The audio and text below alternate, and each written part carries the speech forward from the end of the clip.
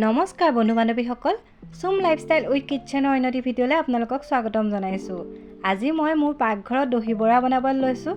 চাওক, একদম ইমান ধুনীয়া চফ্ট হৈছে দহি বৰাটো, একদম হোটেলৰ নিচিনা হৈছে। মই ভাবিলোঁ হোটেলৰ নিচিনাকৈ আজি ঘৰত বনাওঁ বুলি ভাবিলোঁ। মই বনাই থাকোঁ যিকোনো ধৰণৰ ৰেচিপিবিলাক, আৰু হোটেলৰ পৰা সদায় আনি খাই থকাটো ভালো নহয়, আৰু সেইকাৰণে আমাৰ ঘৰত চবেই দহি বৰা খাই খুব বেছি ভাল পায়। সেইবাবে মই এইখিনি বনাবলৈ ল'লোঁ। বনাওঁতে ভাবিলোঁ যে ভিডিঅ'টো আপোনালোককো কৰি দিওঁ বোলো, আপোনালোকেও এনেকৈ ঘৰতে বনাব পাৰিব দহি বৰা সহজতে। ইমান ধুনীয়া হৈছে, চাওক দহি বৰাটো সহজে ভাগি গৈছে। আৰু যদি মোৰ ভিডিঅ'টো চাই ভাল পায়, এটা লাইক কৰি দিব, কমেণ্ট কৰিব, আৰু মোৰ চেনেলটো ছাবস্ক্ৰাইব কৰি দিব। তেতিয়া মোৰ লগত এটা সৰু পৰিয়াল আপোনালোকৰ হ'ব বুলি মই আশা কৰিলোঁ। আহক ভিডিঅ'টো আৰম্ভ কৰোঁ।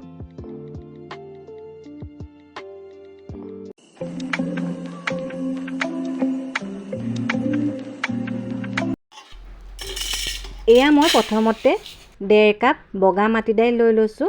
এইটো কাপৰ জোখেৰে 1.5 কাপ লৈছোঁ। আপোনালোকে নিজে জোখ কৰি ল'ব যিমানখিনি বনায়। আৰু সেইখিনি ভালদৰে ধুই মই পানীত 2 ঘণ্টামান তিয়াই থ'ম, কোমল হ'বৰ বাবে। 2 ঘণ্টা বা 3 ঘণ্টাৰ কাৰণে আপোনালোকে তিয়াই থ'ব।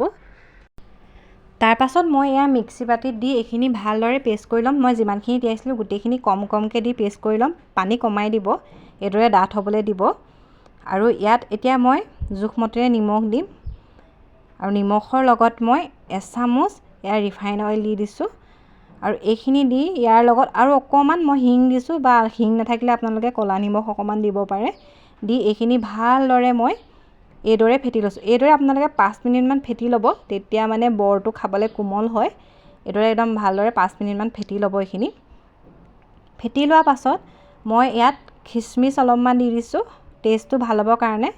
আৰু লগতে কেঁচা বাদাম তিয়াই থৈছিলোঁ, বাকলিটো গুচাই অলপমান দি দিছোঁ। এইদৰে ভালদৰে মিক্স কৰি আপোনালোকে 1 ঘণ্টামান সময় ঢাক মাৰি ৰাখি দিব।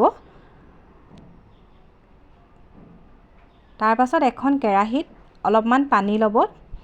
পানী লোৱাৰ পাছত ঠাণ্ডা পানী ল'ব, আৰু লগত 4 চামুচমান চেনি দি দিব, 4-5 চামুচমান চেনি দিয়াৰ পাছত লগতে আৰু অকণমান নিমখ দিব, 1 চামুচমান নিমখ দিব, আৰু 4 চামুচ চেনিৰ লগত 1 চামুচ নিমখ দিব।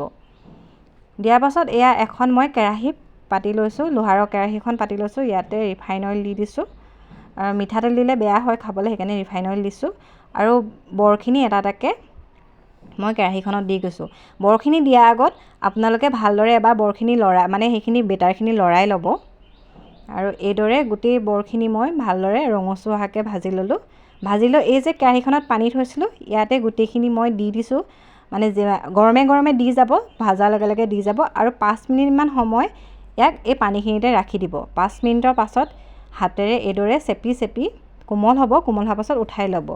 গোটেইখিনি মই এইদৰে কৰি ল'ম, ভালদৰে চেপি চেপি এইদৰে মই কৰি ল'ম। তাৰপাছত এটা বাতিত মই এয়া আমুলৰ মিঠা দৈ লৈছোঁ। আপোনালোকৰ ওচৰত যি দৈ থাকে সেয়াকে ল'ব। লৈ এইডালে ভালদৰে ফেটি ল'ম দৈখিনি, অলপমান পনীয়া হোৱাকৈ। সেইখিনি ভালদৰে মই ফেটি লৈছোঁ। আৰু এয়া চাওক ধুনীয়াকৈ পনীয়া হৈ গৈছে। ইয়াতে মই গোটেই বৰখিনি দি দিছোঁ। বৰখিনি দি ভালদৰে 2 ঘণ্টামান সময় ফ্ৰিজত ৰাখি দিব, তেতিয়া এইখিনি অলপ কোমল হয়। 2 ঘণ্টামানৰ পাছত আপোনালোকে খাবলৈ ব্যৱহাৰ কৰিব। এইখিনি মই 2 ঘণ্টামানৰ পাছত ফ্ৰিজৰ পৰা উলিয়াই আনিলোঁ। উলিয়াই আনি এই বাতিটোত ধুনীয়াকৈ সজাই দিম। এইখিনি মই এতিয়া চবকে ইয়াত দিছোঁ অকণমান কাশ্মীৰী ৰেড চিলি পাউডাৰ, আৰু এয়া অকণমান চাট মছলা দিছোঁ। আৰু ইয়াৰ লগতে 1 চামুচ টমেট' চচ দি দিছোঁ। আৰু আপোনালোকে গ্ৰীণ চাটনি বনালে সেয়াও দিব পাৰিব। মই এয়া মিঠা চাটনি বনাইছিলোঁ, মিঠা চাটনি অকণ দি দিছোঁ। মিঠা চাটনি ৰেচিপিটো মই দি দিম বাৰু। এইদৰে মিঠা চাটনি অকণমানো ইয়াত দি দিলোঁ, খাবলৈ টেষ্টটো ভাল হয় মিঠা চাটনি দি দিলে। আৰু এইদৰে মই বাতিখিনি সজাই ল'লোঁ। আৰু যদি মোৰ ভিডিঅ'টো চাই ভাল পালে এটা লাইক কৰি দিব, আৰু আপোনালোকে কমেণ্ট কৰিব নিশ্চয়, আৰু মোৰ চেনেলটো ছাবস্ক্ৰাইব কৰি দিব। আজিলৈ ধন্যবাদ।